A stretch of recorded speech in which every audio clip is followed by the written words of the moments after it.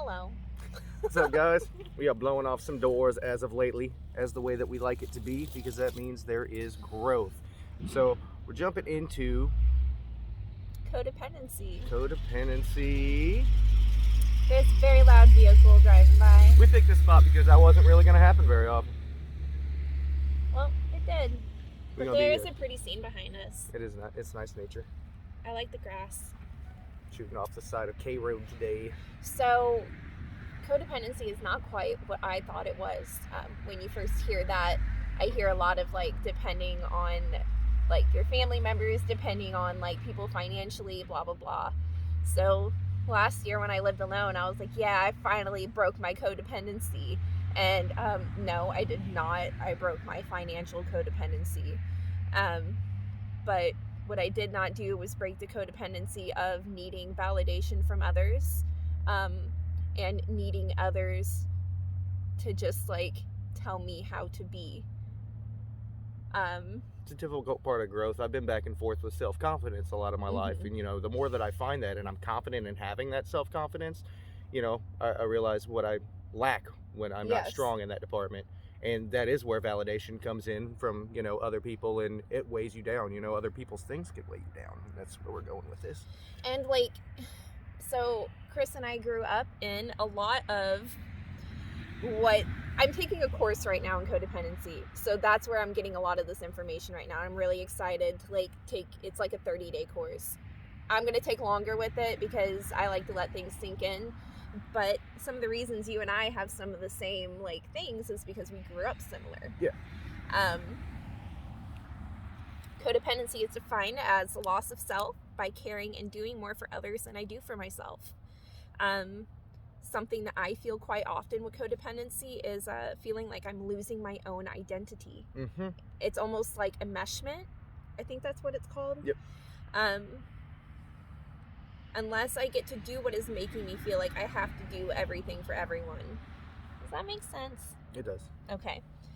So, which isn't necessarily a feeling all the time driven by somebody else in your direction. It's something that you put on yourself because you feel responsible for others in ways that you are not. Yes. And that is what I've been suffering with quite a bit lately. I have finally come to terms with, I figured it out, how codependent I am, and it's very negatively affecting my life at this point. But it's also subconsciously programmed in me. I love this quote that this program started out with. It is, I am a human being, not a human doing. Oh, that's the one. That was it, wasn't it? Yes. Yeah, man. That's what I wanted to surprise you with. I know I like that stuff. I'm a got human being, not a human doing. And I think much of our society, much of the jobs we work, just think about retail stores. The customer is always right. Nah, not today. Not in my line of work anyways. Where we're at, where we're going, you don't get to treat people like crap just because you can. No, be kind, man, be kind.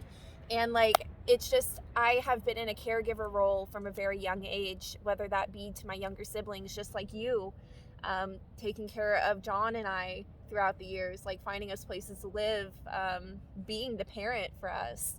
And then both of us, when we got out of high school, stepped into the CNA world. Yeah. So then we became caregivers there. That's what we were good at. And then you're in the bar scene now. I'm a massage therapist. What am I doing? I'm still caring for others. Where I'm at, though, compared to CNA work and massage therapy, it's a very different form of it. I have more control. I have more of an education behind it. Yeah. And it's more of a practice for me and a study for me. So I am proud of myself for that. But so as a child, how some of codependency shows up is reading and scanning family members, especially if you have angry people raising you. A controlling dynamic, keeping the peace, needing attention, suffering in silence, developing learned helplessness, sacrificing for the greater good of family by keeping family secrets, being a caregiver, scapegoats and self-raised children, fear of being alone. I was a scapegoat, you were a self-raised child, and I did half self-raising. And yes, that fear of abandonment. Something that I picked up, like something about foster kids compared to kids that had like, you know, their parents were going to be there. Those of you who may have had more of a stable like upbringing compared to us, anytime we did something that was wrong or messed up, we always had the fact that we could move homes. We did not have stability. We were not grounded. We did not have the grace to make a mistake and for that not to change our entire world. So that's where the fight or flight response comes in for us, and a lot of times something that we're still unlearning to this day is because anytime things seem a little bit haywire or things are haywire around me, it begins to kick in and I feel, you know, a little fight or flight. rocky roaded. So what are we going to do? Are we going to fight? No, we usually flight. Like, why be somewhere when you're not wanted? And like, we may even perceive that wrong because we're so used to the feeling of not being wanted. This is how we were taught, yes. Which is why it's very important to have your own independent stability and be stable within yourself. Everything around you is background noise to your own life and your own well-being. As long as you have that solid 100% first and foremost, and you're doing what you got to do and what you're supposed to do, things tend to just fall in place, realistically. And that's where people get so carried away with the weight of the world, is having someone else's happiness on their shoulders, or trying to make sure that everybody else is happy with you and what you're doing with your own life. Well, it doesn't matter. It's not their place to be happy with you or not happy with you. It's your place to find your own happiness and be secure within yourself. See, and I've fallen into that pattern of like, I'm able to just give my time away. I'm able to just please other people and put myself back. And like, it's not serving me. There's even a thing in here that I read about it. And you're aware when you've reached those limits. Maybe you might not always acknowledge it to yourself, but that's part of learning and growing on that front, is when that comes up in your mind and you're like, okay, well, this is too much of this now, and you know, it's not serving me in any way. This is going to take from my cup. You know, speaking up about that and doing the right thing for yourself, which is, you know, saying, yes, I don't have space. Well, I guess I'm not gonna lie, I was reading, so I did not pay attention to what you just said. You didn't have to, you would agree. Okay, cool. I'll rewatch this later. What I was looking for is, we usually feel more blessed to give than receive. Of course. But if I am giving to get love, happiness, or any emotional fix, the motive is subconsciously faulty. And like, I was like, well, that's a slap in the face. Because I've been doing that. And it's not healthy. It's not really building something true. It's genuine to love and enjoy and feel your experiences as they are. And like, I guess I thought I had been doing those things, but I had been just giving myself away. I've been shrinking myself for the enjoyment, for other people to be happy. And as we said earlier, like, talking about how the fear, I have such a big fear of upsetting other people. I don't like it. And I take it so hard when I do. If I hurt you, I'm hurting. I'll beat myself up about it. I will feel shame. And I'm learning, in that book, Daring Greatly talks a lot about it, not to do that as much to myself, because I cannot fully take responsibility for the fact that someone else is hurting so bad. Absolutely. But it's not your accountability to take. It's like, I have to accept the fact that I did that. Which you didn't. Not always. A lot of times they did it to themselves. It could be the way that they have like perception. Absolutely. Their perception of like what I'm saying. And most of the time those people can't truly see me and like how much I have here to give that is loving and with the best of intentions. Like, that's really what I do. Behind everything that I do, I really do have the best of intentions, but I am not perfect, and I'm a growing human being who's learning how to love selflessly, and now really having to learn how to love myself. Which is a beautiful thing. The thing is, too, on that, if I may, And I want to contrast a little bit because I am at a different point with that particular path. I've grown substantially on all those things, and my happiness does come first, which is a beautiful thing and one of the best things that I ever taught myself. And I'm very aware of when that boat is being shaken. Now, on the point of how other people may perceive the things that you say, a lot of times when you are a speaker of truth, frequently, and really most of the time, when you're a speaker of truth, if you ask me for my opinion, if you ask me what I think about this situation, I'm going to be direct with you, and if I don't give you the answer that you want to hear, it's not on you. But sometimes it can react. You can react to it in the way that you described, to where you feel bad about it because you delivered a message, but it wasn't necessarily your message to deliver. If they asked for it and I have it, you're gonna get it, and if you don't like it, I'm not gonna feel bad about it. But also, you have to take in.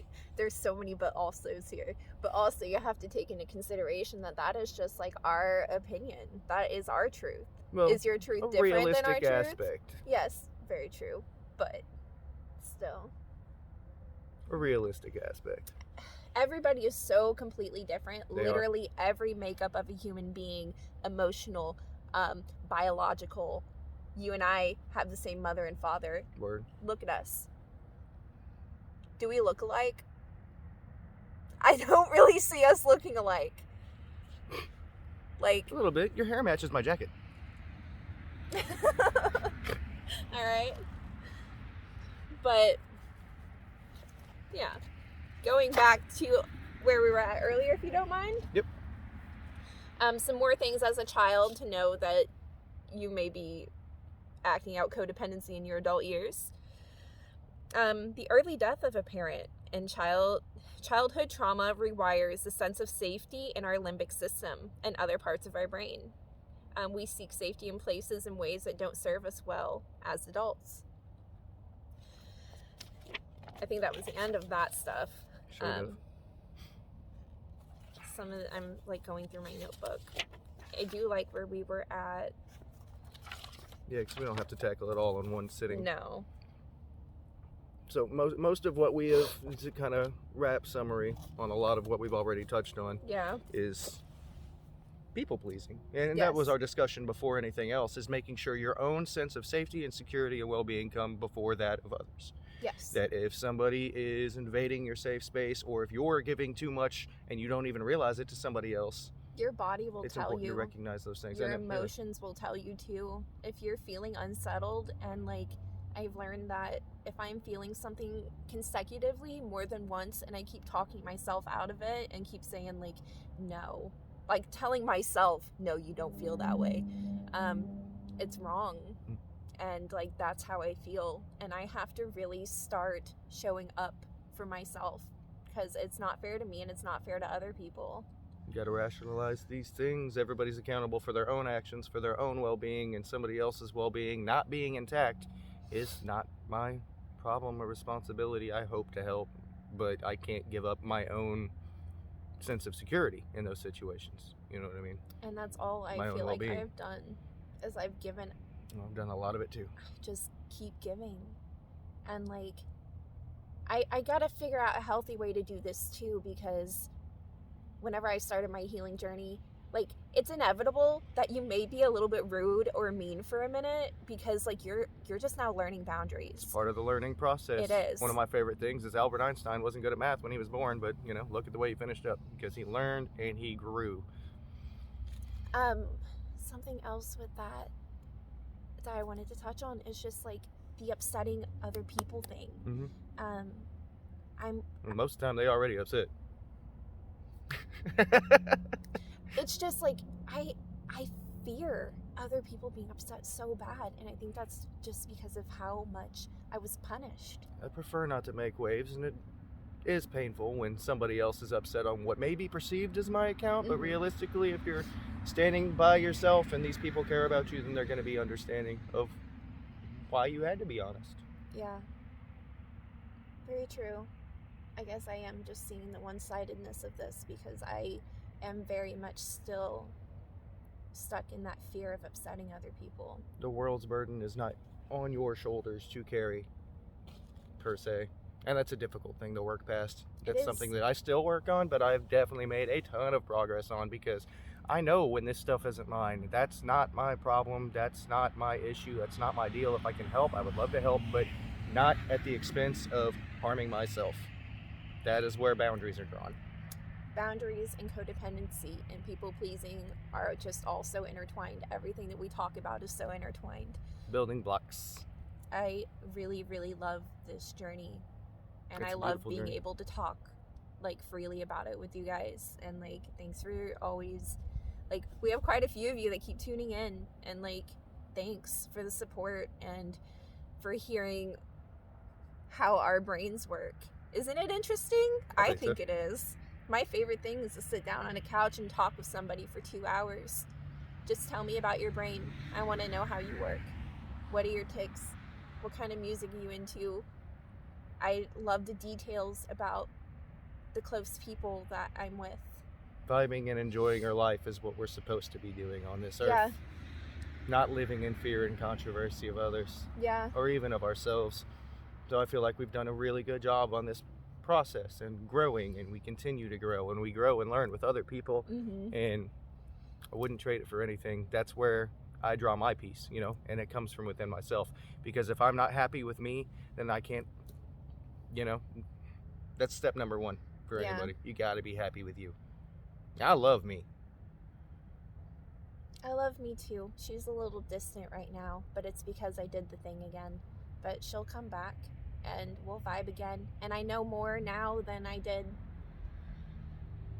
You know, I know more now than I did. The thing, you mean Shark Week? What are you talking about?